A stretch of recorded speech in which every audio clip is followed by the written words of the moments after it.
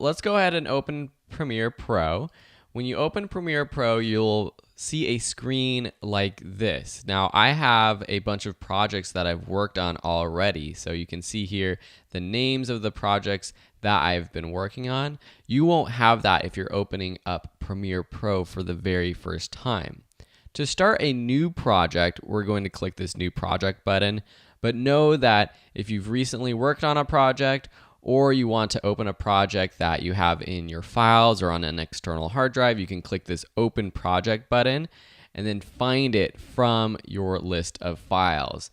You could even just double click that project file from your documents or Finder. I'm going to click New Project. That's going to open up the New Project panel. At the top, we're going to name this project. We'll call this Premiere Pro course, and then you choose where you want to save it. There's a drop-down menu for some popular locations, or you can click Browse and save it wherever you want. I'm going to save it into the class folder for Adobe Premiere Pro. I'll select Choose for that folder. Then we have some other options to take care of. Depending on how fast your computer is, choose that GPU acceleration option if you have it. If not, it's okay. You might just have a little bit of issues if you're trying to edit big, large 4K footage. For video display format, I choose timecode. You might want to use feet or frames if you're editing an actual film that was shot on film, but for most digital projects, timecode is good. Display format, audio samples is good. Capture format, we're not going to be capturing anything via Adobe Premiere Pro. This is if you had a camera or a deck plugged into your computer and you wanted to capture footage from a tape. For scratch disk, this is important though. So for me, I typically save all of this same as project. What this means is the video, the renders, the previews, these are files that Adobe Premiere Pro creates when you start a project, when you add effects, when you make changes, when you auto-save your project.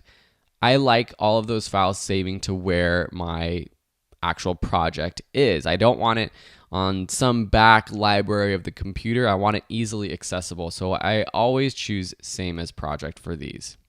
When you're happy with your settings, with the name and with the location, just click OK. And then Adobe Premiere Pro will open up. Now this is probably confusing if you've never opened up Adobe Premiere Pro. So in the rest of this lesson, we're going to learn what these main windows or panels are. We're going to learn how to customize the view so that yours looks like this if your window doesn't look like this, which it might not. One quick way to get your window or your program to look like mine is to go up to Window, Workspaces, Editing. That's the workspace we're going to start out with. Then we're going to learn how to customize it. To understand what all these panels are, I'm going to open up the project we'll be working on for this course, which is this Anthony Carbajal short documentary. I'm actually going to start in the bottom left with our project panel. So all of these windows have panels. Some of them have tabs with other panels behind them. So see here, we have project in the front. Behind that is the effects. And if we click on the effects panel pops up. The project panel is basically your documents. It's your organization panel. It's where you import files. It's where you create new files like titles or graphics. And it's where you keep everything organized. Behind it, we saw this is the effects tab, and this is where we have a lot of our video effects, audio effects, and transitions. Right to the right of the project and the effects panel is this toolbar. This includes all the tools that you have available for editing your footage on the timeline, which is over here to the right. This is the timeline. This might seem very confusing to you, and I wouldn't be surprised. So don't get too worried. You will learn how to do all of this. Just know that on the top of the timeline, starting from V1, V2, V3, V4. You might not have these many layers when you open up Premiere Pro. These are all video tracks. Below, on the bottom half, A1, A2, these are audio tracks. You can adjust the size of the track and really any panel by hovering over the line on the edge of the panel or the track and clicking and dragging. You can see me doing that right here with this panel. So all of these things I can make smaller so you can see all the 3 audio tracks, and there's actually 9 video tracks that we're using. That's a lot. And it goes from 0 seconds to 1 minute. And you can see the seconds and the milliseconds right here. Over on the right are our audio monitor. So if I play through this, I'm just going to turn the audio off, but if I play through it, you can see the audio levels bouncing up. So this is a good audio monitor to use. This also brings us to the program monitor up here. As I play through this, this is the final product, or at least the product we're working on down here. So everything we add to, and you can see Anthony being funny right here for the ALS Ice Bucket Challenge, threw on a bikini. He's a really out there, extroverted guy. I thought it would be funny, and we're gonna learn more about his story and what this project is all about throughout these lessons. So I don't want to give everything away yet, but just know he's a very extroverted, funny guy.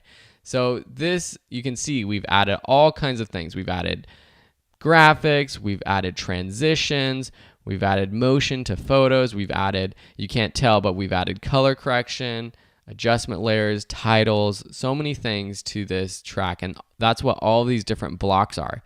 Video tracks, graphics, titles, color correction layers. Don't worry, we'll learn all of it. And up here in the program monitor, that's where you see what's happening on your timeline. There's these buttons down here that allow you to control playing the video track. Pressing spacebar allows you to play or stop, or you can press these buttons too. And realize that I'm just skimming over a lot of these buttons. There's so many buttons that I'm not explaining right now. And I had taught a Premiere Pro course before where I tried to explain every button as I went through everything. That doesn't work that well. There is just too much going on. And so with this class, we're going to learn as we actually create and as we go on. If you have any questions about any of the content in this course, head over to the Q&A tab. First, search and see if anyone else has asked that same question, or if they haven't, ask a new question by clicking the Ask New Question button, typing in your question title, and then describing what issue or what you're trying to figure out.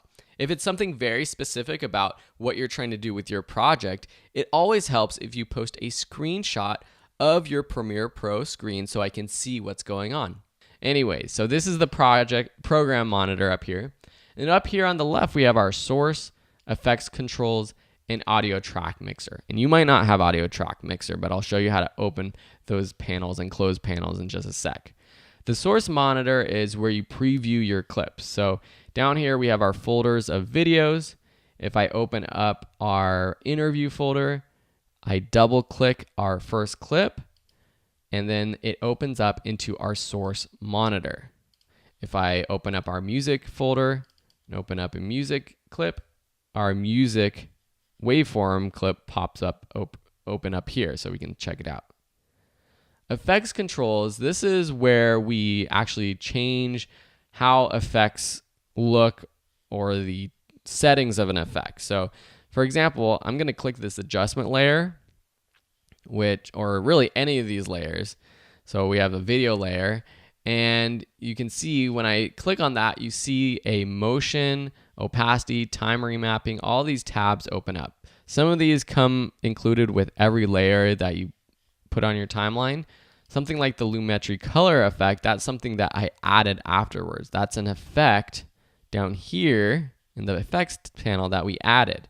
We'll learn how to do that in this course. And then the last one is the audio track mixer. You might not have this open. And if you don't have it open, let me show you how to do that. But first, let me close it. And you can close any of these panels by right-clicking and choosing Close Panel. So if you don't have the audio track mixer open, go up to Window and click the audio track mixer right here. And that pops open audio track mixer. Now it might not have opened it up right here in this source monitor panel up here in the top left. So to customize your space, let's go back to our other project. So here we're in our other project. It still has the audio track mixer open. Say we want to move this audio track mixer down below our project panel or in this panel behind effects. We can click any of these panels, drag it around, and move it. And you can see as I move it, different panels get highlighted. If I want to just add it right into this panel, just drag it into the middle and let go. You can see that it drags it into this panel. If I want, I can actually add it to the top and add a completely new panel, or the right or the bottom or the left. So see what happens when I click and I unclick over here when it's highlighted in the right, a new panel pops open. Or if I want it on the left up here, it opens up a new panel on the left. If you're following along, it's probably a lot easier to just play around with this and understand how to do it. You can resize, as I mentioned before. You can drag the tabs to the left or right to adjust the order of the tabs. Say I want audio track mixer before the effects controls, I can just drag it into the middle of those two panels. The goal with this lesson and moving into the next lesson is to set up your project to look like my setup right now. So you want your project panel with the effects, you want your timeline down in the bottom right, the program up in the top right, and then the source audio track mixer, not the audio clip mixer, the audio track mixer, and the effects controls up in the top left.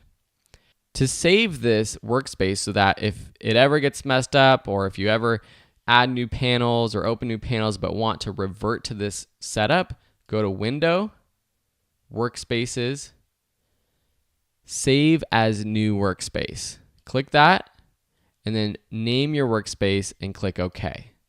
I already have one that's set up like this. It's called Phil's Single Monitor. It's basically the same setup. Effects controls is in the middle rather than over to the right. But now, whenever I want to go back to that Phil's Single Monitor setup, I can just click that Phil's Single Monitor. And you can see that I have Sam, Will. These are friends who have used my computer, or I've opened projects on their computers, and it saves those workspaces as well. Thank you so much for watching. In the next lesson, we're going to learn how to import and organize our footage.